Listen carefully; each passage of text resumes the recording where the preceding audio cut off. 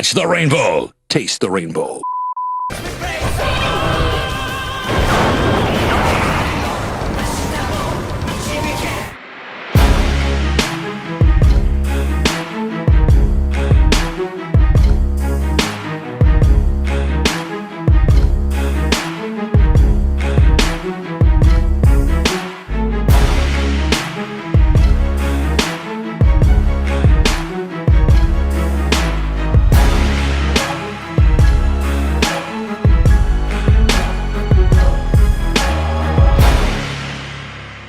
Remember to click like, subscribe, the bell notification, and whatever else YouTube has you clicking on to support us.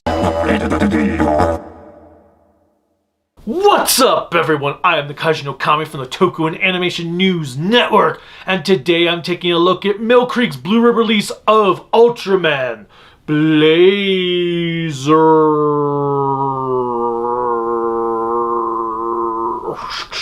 After 2 years of mediocrity, Tsuburaya decided it was time to move past remaking older series and do something truly original, titling their next adventure Ultraman Blazar. Keigo Koyanagi was hired as head writer to Blazar, who has written for various anime series including Made in Abyss, The Lost Village, Regalia, and a mech series called Bang Brave, Bang Braver. Series director Kiyotaka Taguchi compared Blazar to Ultraman Gaia despite not being titled New Generation Gaia, as Trigger and Decker had been New Generation Tiga and Dyna. His reasoning behind this was because he felt there was no way he could ever tell a better story than what Gaia had provided, so it was frivolous to do such. Thus, Blazar would be an entirely new series built from the ground up without relying on any past series to help sell it. That was an ambitious move.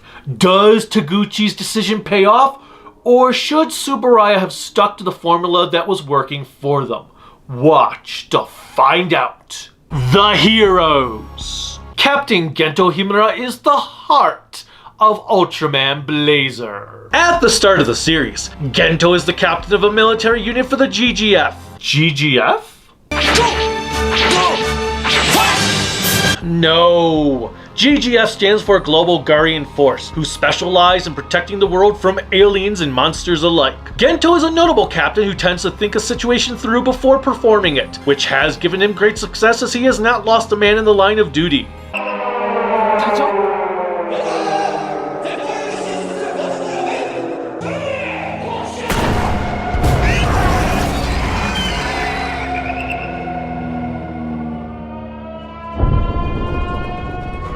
Due to his expertise, Gento is put in charge of a new division of monster hunters called SKARD.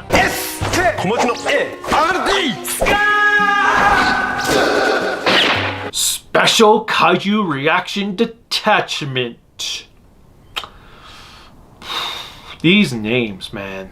These names. SKARD is made up of 5 soldiers that are given carte blanche to respond to any situation in a manner they see fit, as long as it makes their commander, Retsu Haruno, look good. 結局最後はいつもブレーザー頼みだ。何を考えてるかわからない宇宙人が現れ怪獣を倒し去っていくその繰り返しだ。スカードの存在意義が疑われても仕方がない。違うか? Days before SKARD's creation, Gento's crew are deployed to battle a monster from space called Bazanga. Bazanga ends up being stronger than any monster the GGF has fought before, and Gento's bravery leads to him becoming one with a silent being of light who ends up being called Ultraman Blazar. Kind of silent, as Blazar seems to have the mentality of a child as he runs around the city screaming, "Why?"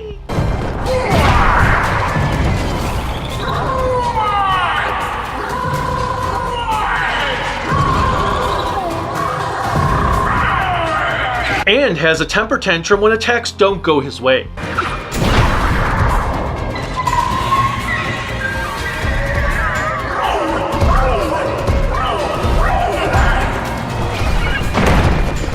There also seems to be some discourse with its partnership, as one episode that features a baby monster sees Blazar punching himself as if Gento is trying to knock sense into him. Stop hitting yourself! Stop hitting yourself! Stop hitting yourself!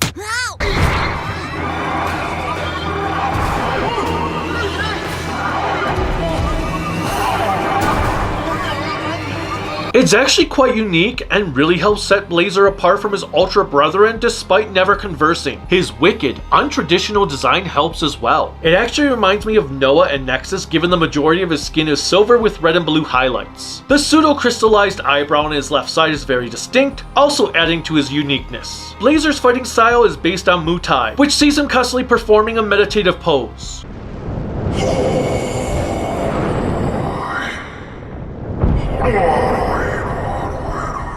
Additionally, Blazar finishes his opponents off with an energized spear as opposed to a beam.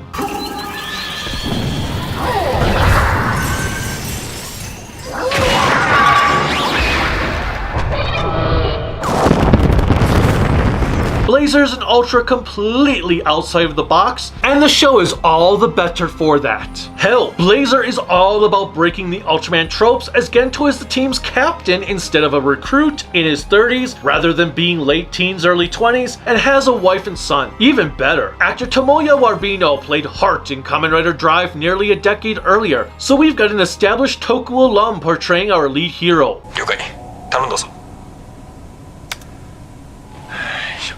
ちょっとカメラ切れ忘れてます。見えてますよ。了解 2023 was a wild year for Toku between Kamen Rider Geats, King Oger, and Ultraman Blazar. I also love how they slowly build up his family before showing them to us. Initially, his family is just mentioned. Then we see pictures of them on his locker. In time, we actually get to meet Sotoko and June. せっかくパパが誘ってるのにパパが連休で家にいられるなんて珍しいんだよ。サービス残業して家でもサービスは疲れるでしょ。いやそんなことは There's also a strain on Gento's relationship with June due to how much he works. However, June is a very understanding individual and tries to ignore his father's work habits because he knows how important his job is. そうだ久しぶりの休みだしどこか行こう水族館か動物園いや遊園地かなその後みんなで焼肉行こうそれか寿司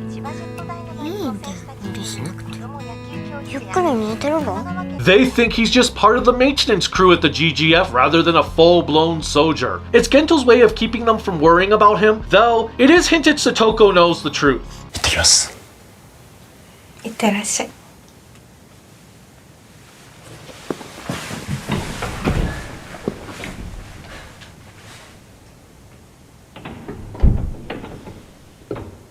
Sotoko was portrayed by Maya Okano, who was featured in 2 episodes of Kamen Rider O's. あの子、自分から何がしたいって言ったことないの。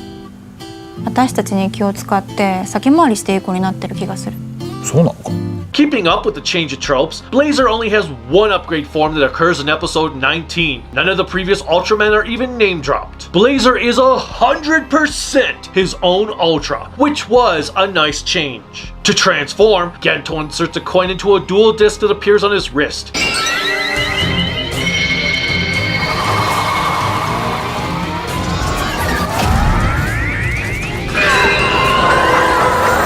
What I also love about this feature is that the dual disc just randomly appears on his arm at times, so he has to hide it from everyone around him. あいやちょっとつまずいただけだ二人とも足元に気をつけろよほら行くぞ行くぞほら行くぞ Halfway in, he gains a second coin that allows him to summon a sword made out of a special metal an alien robot was made of.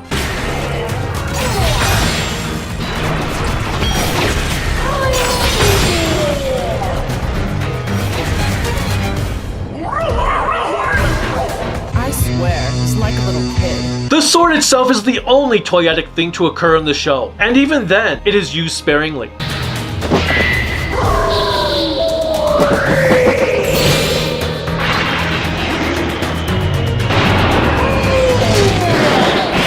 For the aforementioned upgrade form, a phoenix-like creature Gento deems Fire Drawn is brought to Earth from another dimension and merges with Blazar, covering his chest and right arm in flame-like armor.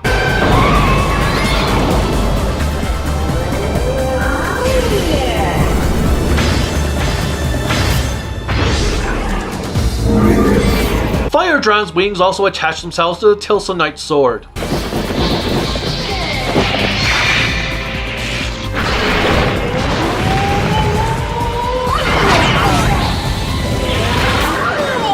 The remainder of Gento's team includes his vice captain Teruaki Nagara, pilot Henri Minami, intelligence gatherer Emmy Aobe, and mechanical engineer Yasunobu Bando. This team is one of my favorites of the entire franchise, as every member gets an episode or two to shine, while also dropping hints of their persona across its entirety. For example, one episode takes place in the village Henri grew up in. We get to meet one of her childhood friends and learn that she was always championing the girl, who claimed to have visions that others mocked her for. あなた今もまだ声が聞こえるの？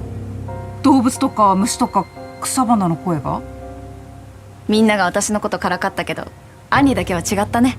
だって憧れてたもの。At the same time, Teruaki mentions that he also grew up on a farm his family owns. 産地直送の野菜も人気ですね。そういえば寺脇の実家も確か。はい、農家なんです。 And then episode 20 has him going to his family's farm to meet with his dad and brother, while we also learn his mother is dead.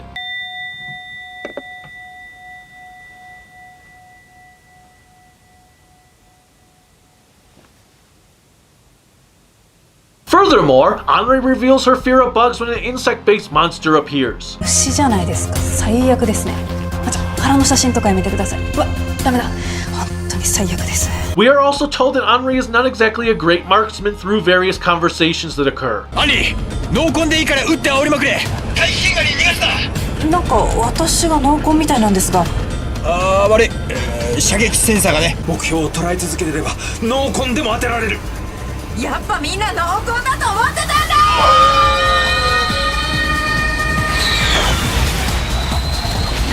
Teruaki was chosen to be SKARD's vice captain, as he was the only soldier willing to question orders during Bazanga's attack when everyone was told to change their plan.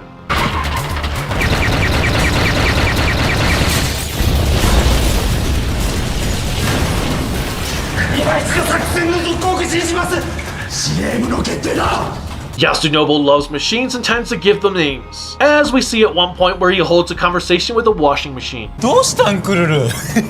急に返事した？クルルどうしたの？かわいいねクルル。A sequence that Gento inadvertently walks in on.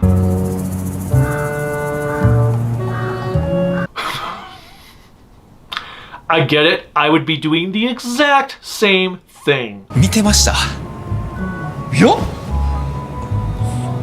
He also tends to overwork himself, as he has a habit of accepting every task given to him without thinking about his own well-being. ほら腕時計にジャミング機能つけてほしいなって。あれちょうど今朝できました。はい。すいません。先日の報告書再提出になっちゃって、はい。ハードウェアの部分を添削してほしいんだけど。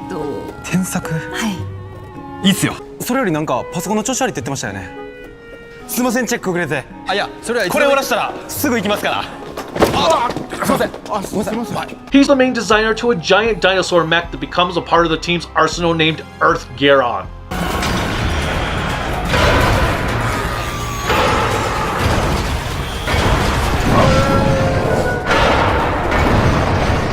So Kiru.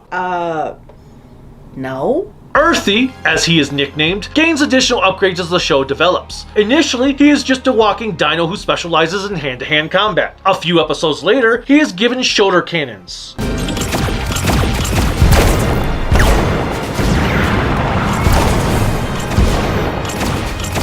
Like Kiru. Honey, we've talked about this before. It's not Kiru. He goes berserk thanks to alien interference.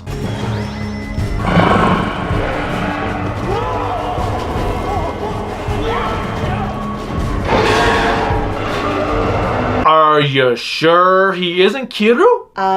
Yes, because this is a different franchise. If it was your Toho with your Godzilla, then fine, this could be Kiru. This is a random robot. He is eventually upgraded to have his own AI and personality. 23式特殊戦術機構銃アースガロンです。お話しするのは初めてですが、皆さんのことはよく知ってます。よかったらアー君って呼んでください。アー君？はい。Kiru? No, Kiru did not have its own personality. It was Godzilla. Just the dead Godzilla, not the living Godzilla. Where Earthy is AI robot, not Godzilla. He acquires wings to fly super fast, eventually leading to his ability to traverse space. Do a barrel roll. メ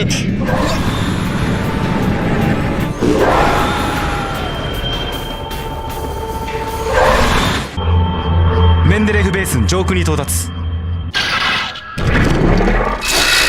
ヤスロブ回避起動ビリコ多目的レーザー収束モードビリコ Okay, fine, that's not Kyoto. Thank you. You finally have seen, I don't know, reality? All in all, Nakiru is easily one of the best mechs out of any science military team from this franchise.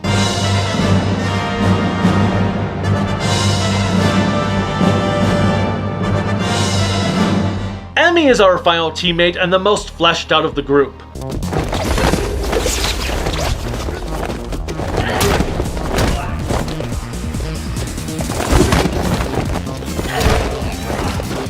Her workaholic father was a scientist working on some secret project when he disappeared in 2020. Her technical skill, graduating from MIT at the age of 17, allowed her to gain a position in the GGF where she would secretly investigate the disappearance of her father while gaining top-notch intel on monster behaviors. She is often sent out undercover to acquire knowledge that may help SKARD successfully defeat a creature. でもそれが可能かどうかはまだ研究中ですよね。新人考えろ我々の常識が通用しない怪獣ならひとまずこの攻撃をやめさせないと何が引き金になるかもうわからないそうです。さっきから誰と話しとんの？ Her determination to find her missing father ends up unraveling a cover-up that occurred when aliens made first contact with Earth in 1999. It is watching her dive into the conspiracy surrounding this event and her father that makes up the backbone of Ultraman Blazar. Commander Haruno was also her father's best friend, and her actions caused him to stray between what is right and what is duty. 本来ならスカードは解散。お前は懲罰貿易だ。ここが第66実験施設。父が行方不明になった場所。立ち入り禁止の最高機密エリアだ。Actors Yuki Ito, Konomi Naito, Hayate Kajihara, and Himena Tsukumiya make up the SKARD crew. Naito and Kajihara have appeared in Boom Boomger. あなたにはまだ使い道があるみたいよ。お前の依頼主が誰か想像がつく。多分想像通り。ジムジムジムジムパワー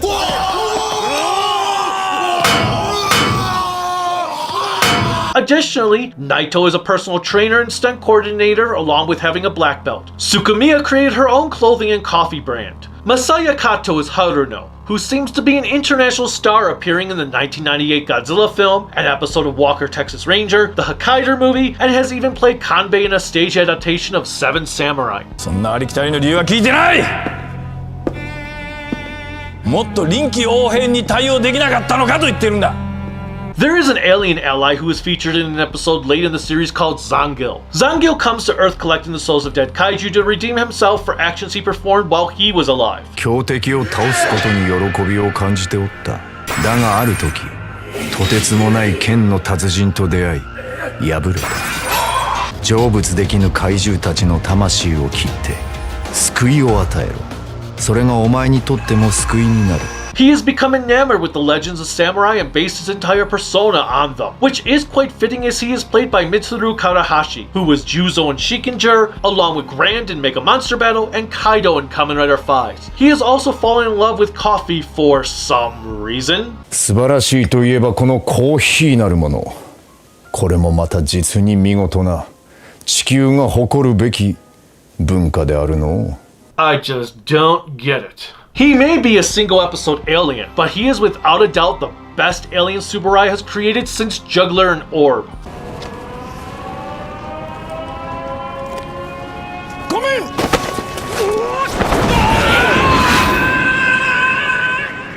His sword-like design with an actual sword for an arm is equally memorable.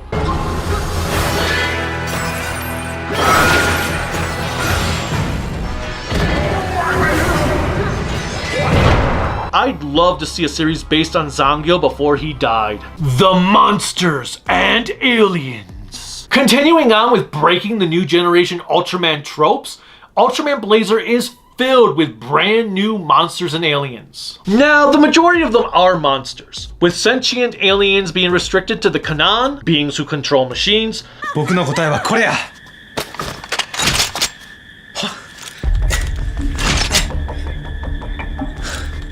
さっきオーロラ光線を浴びただろう。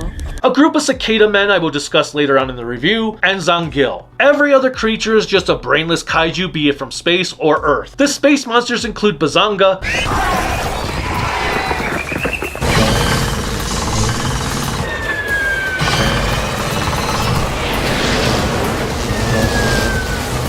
a walking EMP called Gobaga,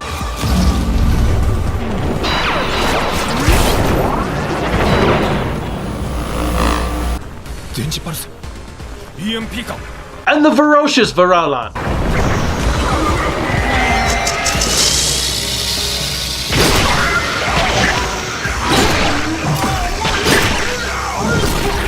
There's also some worm-like creatures. Never get a spaceship, never! I never get anything! Would you order some Chinese food? I don't know, I guess. We'll get some Chinese. Red King, Gigas, and Damaga make up the returning creatures. Some of my favorite noobs include a walking mountain named Dorgo,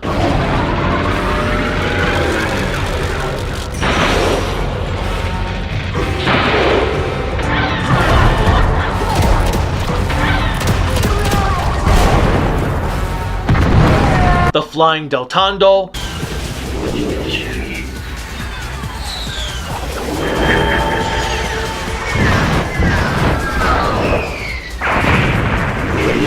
the very phallic looking Laveria, who also turns into a milky liquid upon defeat.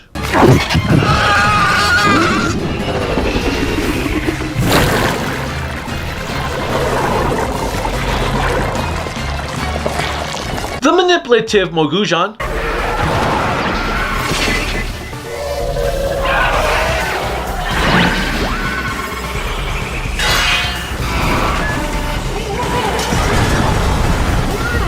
the insect race Taganular,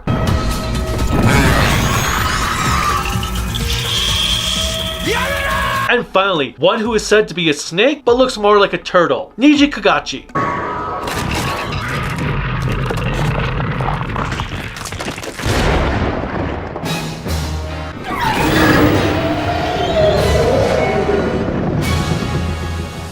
However, the biggest, most terrifying monster of the entire series is Yu Dobashi.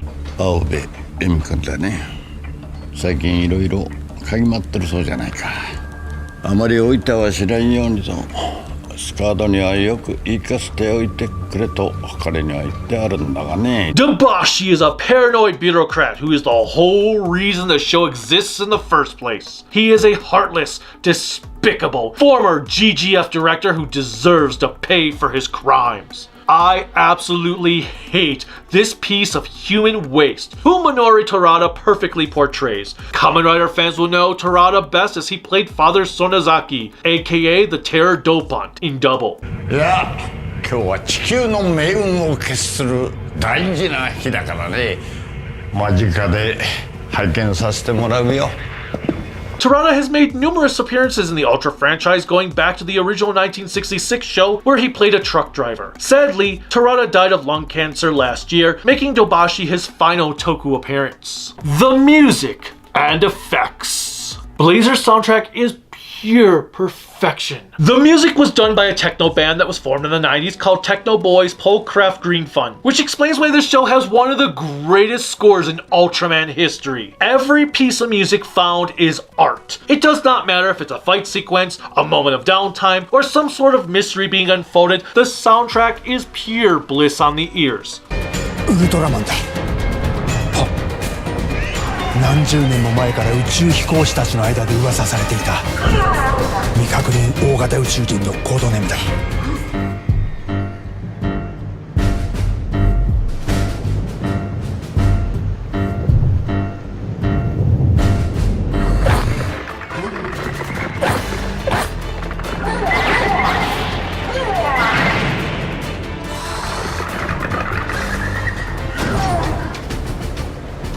もっと2の戦い見たかったな。今は任務に専念しろ。分かってますよ。間もなく台風の目にかかります。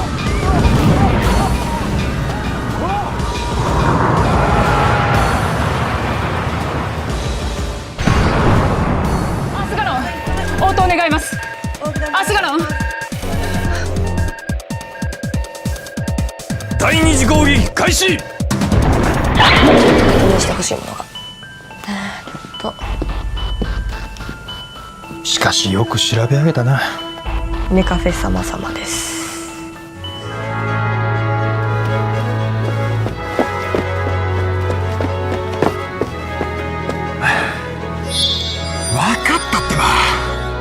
Continuing on, the musical masterpiece trained as Hiroshi Kitadani's Bokura no Spectra.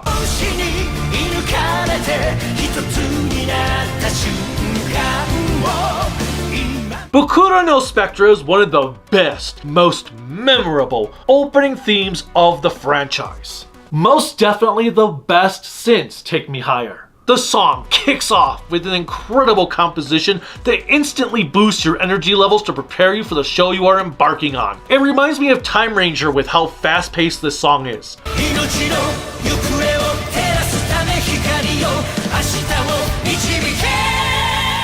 Complementing that for the first 13 episodes is the closing theme, Black Star, by Thai singer Mindorin.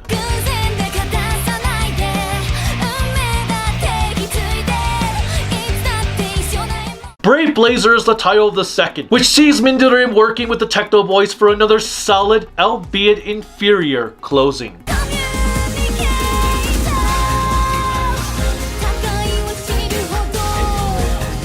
I am so invested in Blazar's soundtrack that I almost forgot to talk about the effects. They are just as incredible as the music. The superimposing scenes are so flawless, one would think the characters were actually standing before giants.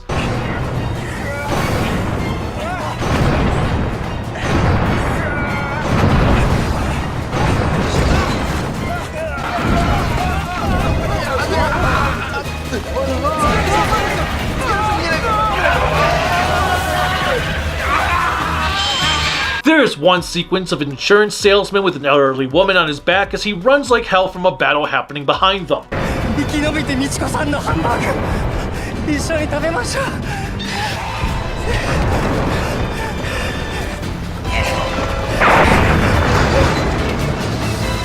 Another features a camera spinning around the city as Blazar impersonates a matador.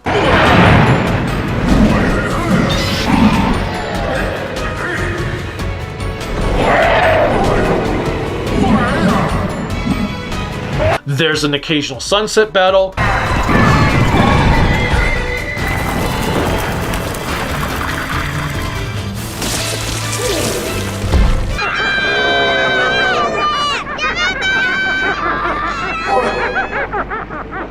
The first episode has Gento and his team performing a halo jump, which is movie quality.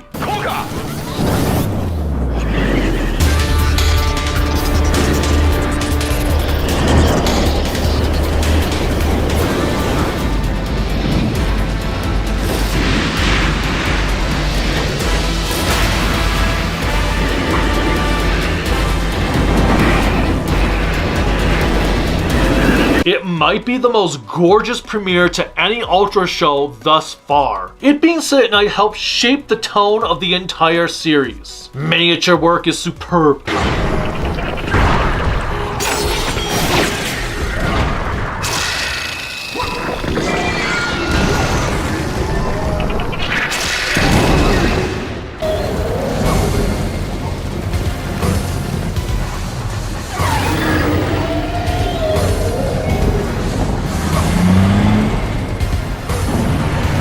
There are no shortage of praises I have for Ultraman Blazar. The episodes! Minus the clip shows, I can't say there is a single episode I disliked. Ultraman Blazar is just one of those shows that constantly builds all of its episodes on top of each other, even if they seem like a simple standalone story. I was quite impressed. Then again, having the captain of our main team be the host body for this universe's Ultraman helped add a level of maturity the new generation shows have severely lacked. The series is very adult-oriented, putting storytelling over merchandise. It reminded me of Tiga and Gaia in how every character got moments to shine, and that they were always tying plots into each other. Add on top, the entire show revolves around a conspiracy theory going back to 1999 and slowly resolved as the episodes progress, it keeps things interesting and adds more gravitas to the random monsters that appear. If I had any minor nitpicks, it would be that I wish there had been more of a balance between sentient aliens and mindless beasts. Regardless, the constant barrage of monsters appearing serves a purpose to the overall narrative, something that is a rarity in the Ultra franchise. There are so many exceptional episodes to be had. This includes the one with Zanil, as he is such an interesting character on top of having an intriguing backstory. I actually wish he had been around for more than one episode. Another unique tale revolved around a kaiju insurance salesman. Never underestimate being able to profit off someone's misery. The world of Blazar has a corporation who deals out insurance to people if their home is destroyed by a monster. 迫り来る怪獣から大切な暮らしを守れますか？怪獣被害を24時間スピード保証。日本怪獣損害保険です。 And naturally, employees get upset if they have to pay up. 何やってんだよスカードは。その家ぶっ壊れてうちが保証しなきゃいけないんだぞ。 I could really fill up this review on what I enjoyed about each episode, but that would take an hour or two. Instead, let's just move on to my favorite episode, Planet of Music. 10 years before the show's events, Henri met a quartet of aspiring musicians. 毎日聞いてて飽きないのなんて散々言ってたんですけど、いいものはいい。楽しむことに飽きはない。そればっかりで。It turns out the quartet are actually humanoid cicadas who use music to conquer worlds. A giant robot called Garamon arrives on the Earth to destroy it.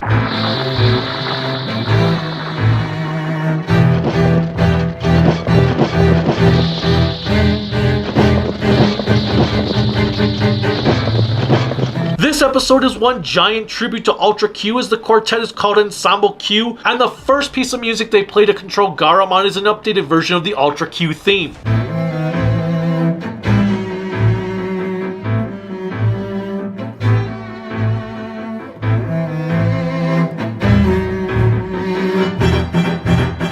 What's even cooler about this episode is it was written to have its commercial requirements fulfilled in the first half, so the concert fight with Garamon could play uninterrupted. Furthermore, originally Tsuburaya planned to use classical music for this episode when the leader of Ensemble Q's actor, Hideki Togi, told them he could write a new piece of music to play in the episode.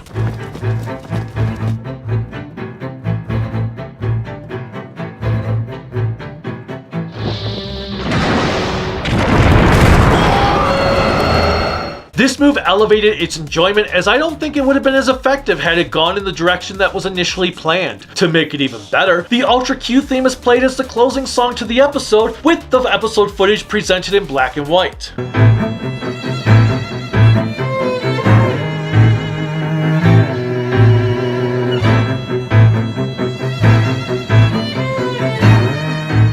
Like with the soundtrack, the episode was perfection.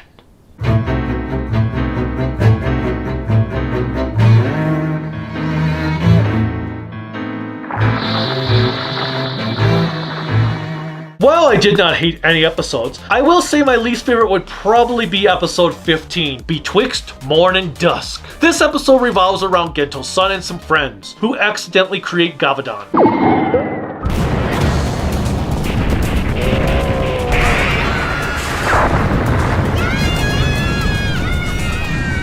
Now, there is nothing truly wrong with this episode, but because it is the only episode to revolve around children, it feels a bit out of place. Plus, I just don't care for Gavadan in general. It was nice to see Taro Suwa again, as he hasn't been in any recent Rider or Sentai shows.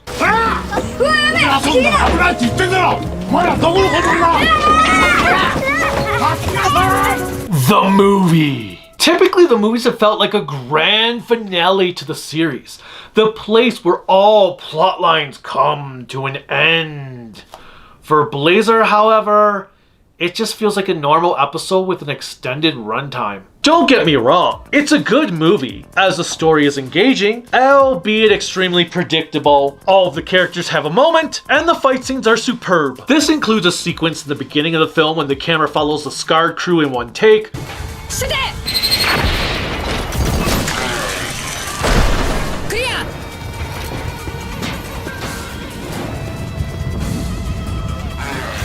The chroma keyed effects of our cast in front of the camera, while Blazar and Nakiru battle the monsters in the background.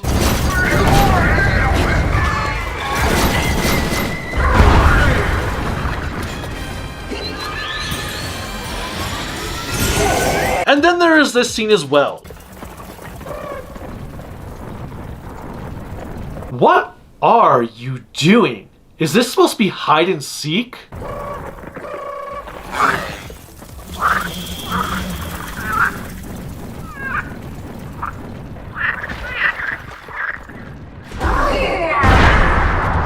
However, it doesn't do a damn thing with the lingering plots from the show. Worse, they can't conclude one of those plots later given the actor's passing. With that said, after 12 excruciatingly long minutes of recap,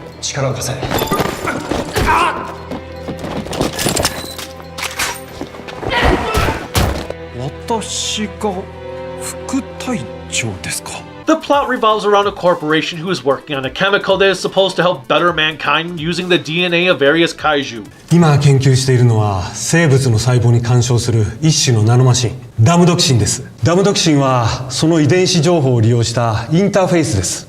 それによって細胞は老化せず、永遠に生き続けることができる。我々はマッドサイエンティストではありません。That's what every mad scientist ever has said. An alien hacks into the GGF system and blows the facility up with the military's missiles, bringing to life a new monster.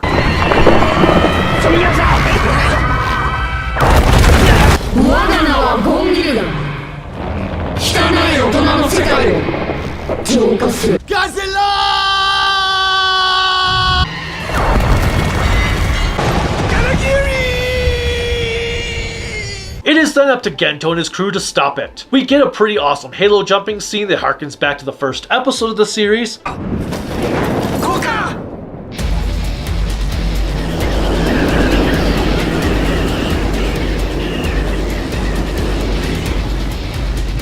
The monster interrupts Blazar's moment of zen.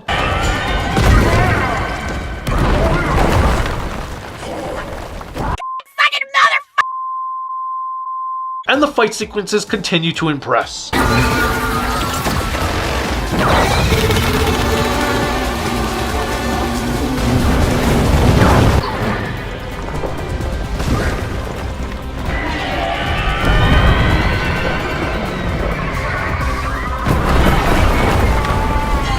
I do give the film credit for being the first movie in a long while that doesn't bring in any Ultras of the past, keeping Blazar an isolated adventure. Enhancing the film are a couple of totally Resident Evil moments.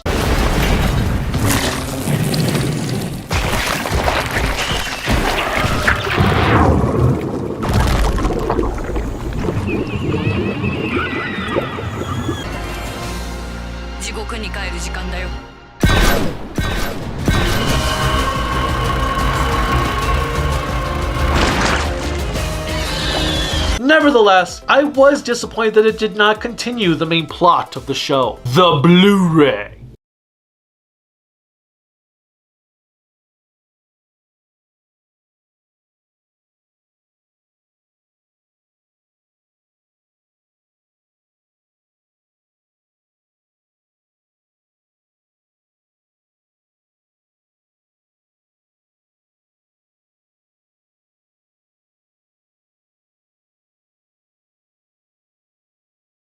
Video and audio are magnificent despite having 8 episodes crammed onto a disc. It is a bit odd to have the final episode on its own disc with the movie though. Speaking of which, the last disc also includes the special clip show episodes that would often interrupt the show's pacing as it aired. ブレザーもいいけどさ、私アースガロンちゃんも可愛くて好きよ。あ、それわかるっす。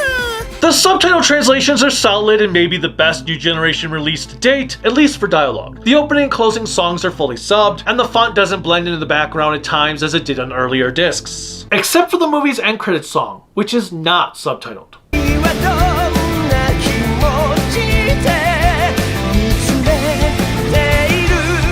In addition, they didn't bother to translate character monster names, episode titles, time listings, and location names, which was kind of a bummer. It also seems like Tsuburaya forgot to fix their scripts when they gave them the Mill Creek, as episodes 5, 16, and 23 show the episode previous to the successor episodes, but have the subtitles for the clip show ones. 自我に目覚めた機械たちが一斉に狂い出す。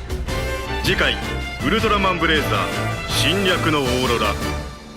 坂東康信を誘う言葉は天使の福音かゲントと男が対峙する。次回ウルトラマンブレイザーさすらいのザンギル。次回ウルトラマンブレイザー第3波接近襲来。 It was pretty weird. There is a moment in episode 21 where the timing is off. 大丈夫です。またもっと3に乗ってみせます。 Thankfully, it was only for that moment. Blazar was the first series to be simulcasted with an English dub, which has been included as well for those who prefer them. It changed again. What did?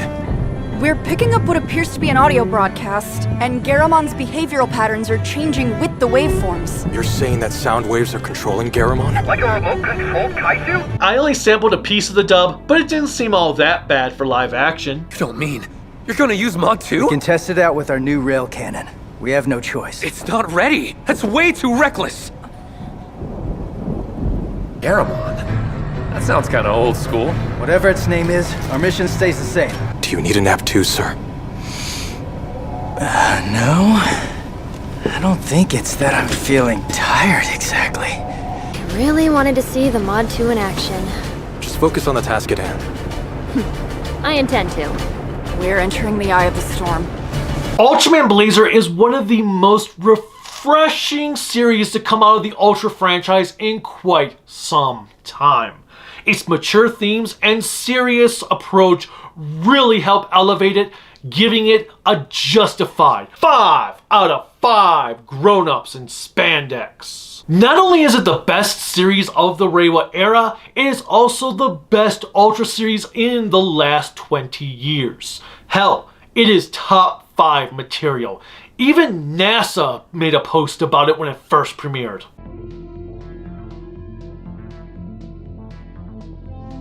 If you have not watched the show yet, go out and buy it right now. Until next time, bye. No, this is not for the last time. Kiru! Kiru is either from the Yakuza franchise or is a robot built around the skeleton of Godzilla. So clearly, Earthy was built by a kid who apparently has way too many abs that does not make sense for a scientist.